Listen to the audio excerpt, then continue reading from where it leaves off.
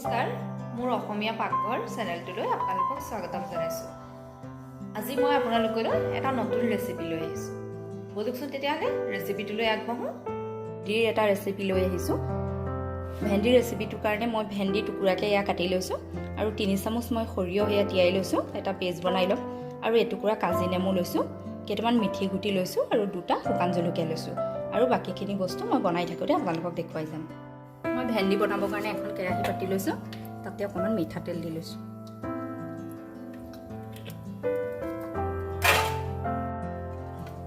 মোৰ তেলখিনি গৰম হৈছে, মই ইয়াতে শুকান জলকীয়া 2টা আৰু মিঠি গুটিকেইটা দি দিম।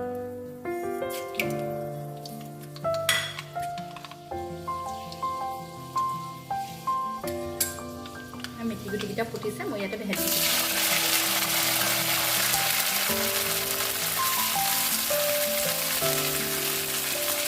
ইয়াতে 1 চামুচ হালধি গুড়ি দি দিছোঁ।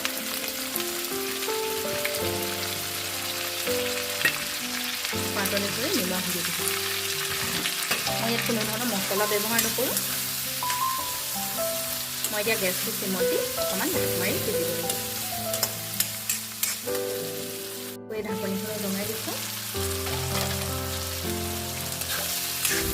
ভেন্দিখিনি অকণমান ভাজ খোৱালৈকে মই আকৌ ভাজিম।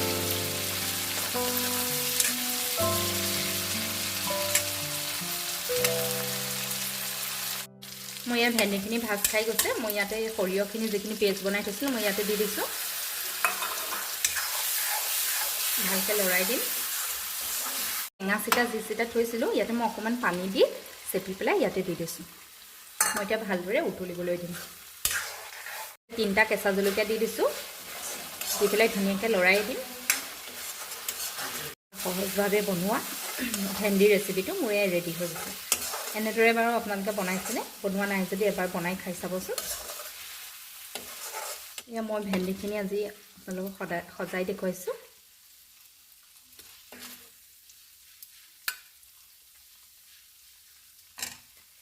আজি মোৰ এয়া ভেন্দিৰ ৰেচিপিটো ৰেডি হৈ গৈছে।